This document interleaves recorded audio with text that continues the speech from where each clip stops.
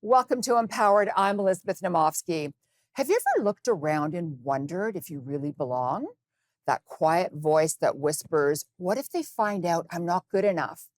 It's actually called the imposter syndrome, and almost all of us have felt its sting.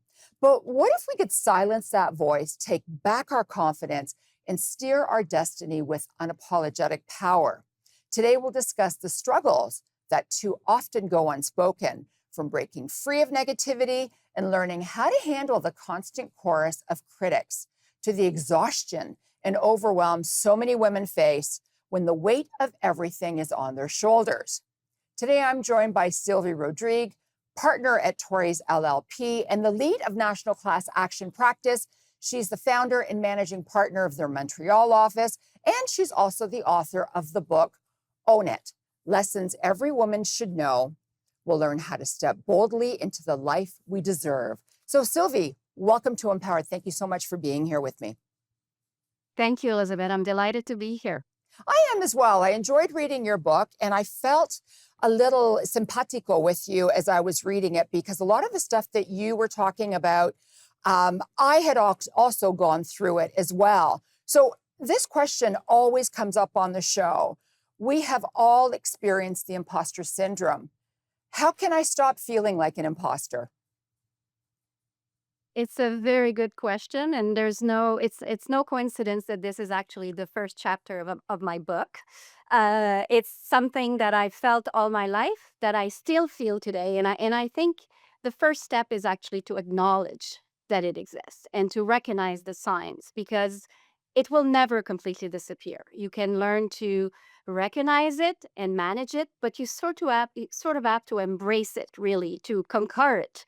Um, Even the most accomplished women, successful women, have felt it at some point in their lives. I certainly did, even as a child.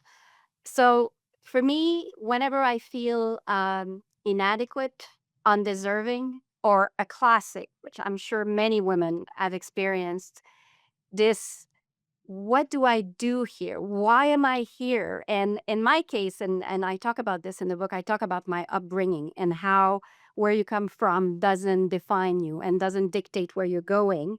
Uh, for me, in my experience, because I was adopted, I was born in Ireland. I was adopted French Canadian. I grew up in a relatively poor environment. So I have this saying that is still present with me, and I'm 55.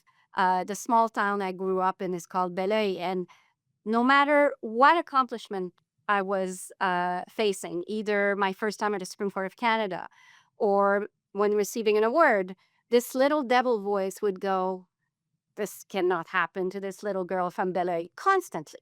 So I would say that you need to really recognize the sign and you need to brush it off. Don't expect it to disappear, because clearly I'm still experiencing it. So it will be there.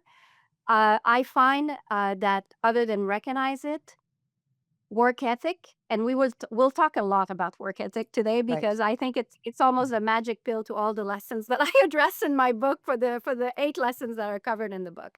I think the more confident you become, the more you're going to be able to conquer and feel that you deserve to be where you are, or you deserve whatever you're achieving. And I love the fact that you talked about, you still go through the imposter syndrome, because I do as well. There's certain things, if I win an award or I'm asked to speak, and it's like, why me? So I get it. And I'm glad that, we're both actually bringing this to the forefront. And women have a fear of failure. I mean, failure, as far as I'm concerned, is good because you learn. But how can we redirect our lives in a way that we truly embrace our potential? So fear can be very paralyzing. There's no doubt about it. And I truly believe that if I had left fear paralyzed all my decisions, both professionally and personally. The book covers both aspects of women's lives.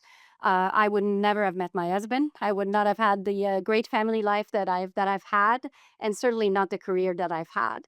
So I think you need to take control of that fear. And I very much connect this topic with the chapter on Master of Your Own Destiny, because you have to really accept that you're never going to be better served than by yourself. So whatever you want to achieve, you need to take control of that. And by doing this, you will take control of the fear. Like, for me, fear of the uncertainty was a big problem. Hold that And the thought, only Sylvie, hold yes. that thought, the fear of uncertainty. We will be right back to talk more about Own It. Don't go away.